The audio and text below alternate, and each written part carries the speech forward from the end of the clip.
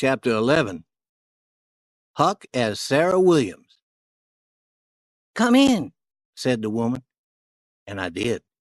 "Sit down." I sat in a chair while she looked at me with shiny eyes and said, "What's your name?" "Sarah Williams." "Where do you live? In this town?" "No, I live in Hookerville, 7 miles down the river. I've walked from there, and I'm tired. My mother's sick and has no money, and I've come to tell my uncle, Abner Moore. He lives in this town, but I've never visited him.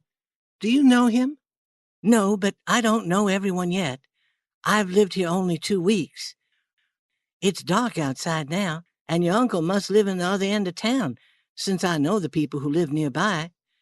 I don't think that it will be safe for you to look for your uncle's house in the dark.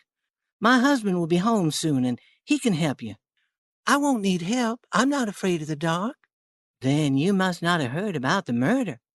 And she told me all about how Huck Finn had been killed and his murderer had not been caught. "Who do people think did the killing?" I asked. "Most people thought his pap murdered him. At least that's what they thought at first. But then they changed their minds. Now they say he was murdered by a runaway slave named Jim. He ran away the very night that Huck Finn was killed.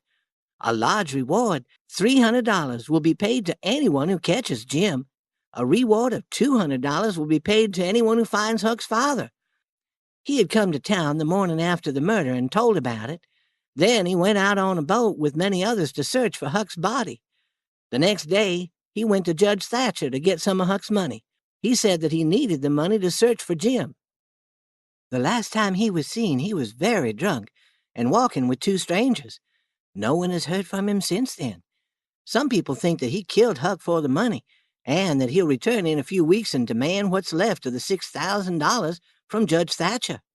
"Why are they searching for Jim?" "Because of the $300. That's a lot of money. Some people think that Jim hasn't gone very far. I was asking some neighbors about Jackson's Island out in the river. They told me that no one lives there. Yet I know that I saw smoke from a campfire on the island 2 or 3 times recently. I think that's where Jim is hiding. I spoke to my husband about the smoke, and he's going over to Jackson's Island to search for Jim." I became so worried that I couldn't sit still, and I had to do something with my hands. I took a needle off a table and began to thread it. My hands were shaking, and I had trouble threading the needle.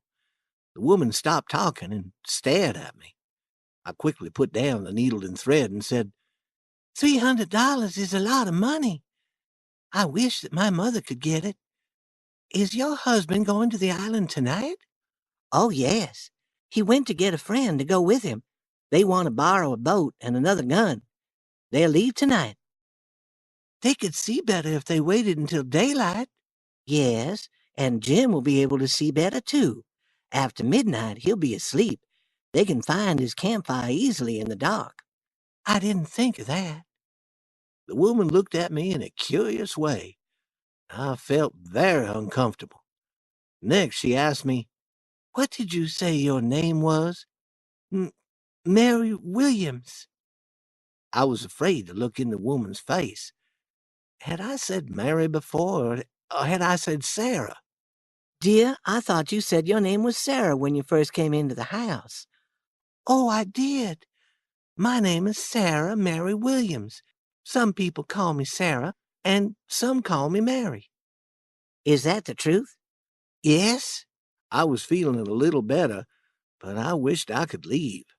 The woman quickly changed the subject and started telling me about the problems caused by rats in their house. I could see a rat stick out its nose out of a hole as she talked. She kept some rocks on a table to throw rocks at the rats. She asked me to do it for her. I threw one rock, it hit the rat's hole, but the rat had disappeared. "Watch for other rats. Here's another rock to throw when you see one." And she dropped the rock into the skirt of my dress. I quickly brought my legs together to catch the rock. After a few minutes, the woman looked straight into my face and said, "Tell me, what's your real name? Who are you?" What? What's your real name? Is it Bill or Tom or Bob? What is it?" I was shaking like a tree in the wind. I thought a moment before I spoke. "Please don't joke with me. I'm a poor girl. If I'm causing you a problem, I'll leave." "No, you won't. Sit down and stay where you are. I am not going to hurt you. Just tell me your secret. I won't tell anyone, trust me. I'll help you. My husband will help you too. Tell me the truth now, like a good boy."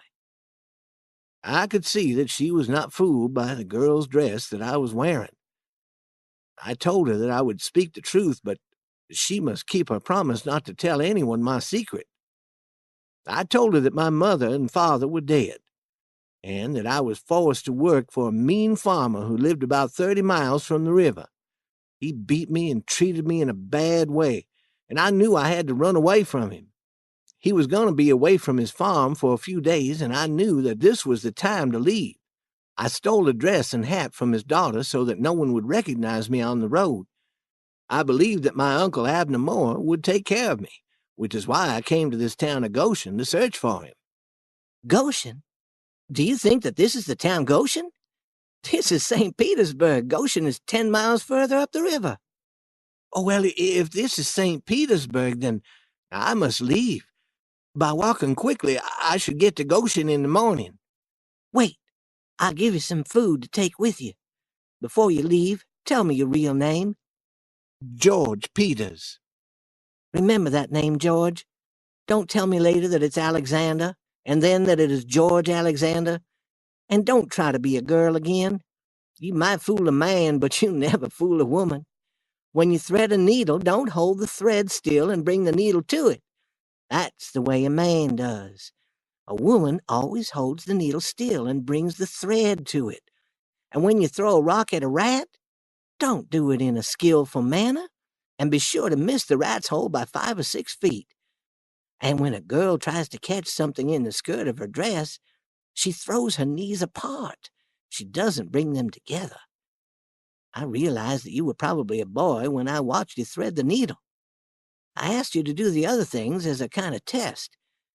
If you ever need a friend, remember me, Mrs. Judith Loftus."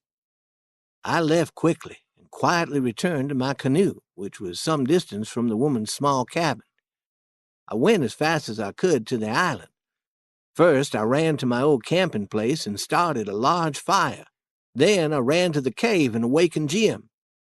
"Hurry, we have no time to waste. They're after us." Jim asked no questions. He said not a word. We loaded all our supplies onto the raft that we had found a few weeks before. We worked in the dark. 30 minutes after I reached the cave, we were ready to leave. Jim was on the raft with the supplies, while I rowed the canoe. We stayed close to the island as we traveled, protected by the tree branches that grew out over the water. We soon passed the end of the island, and we were out in the open river, and neither one of us had spoken a word.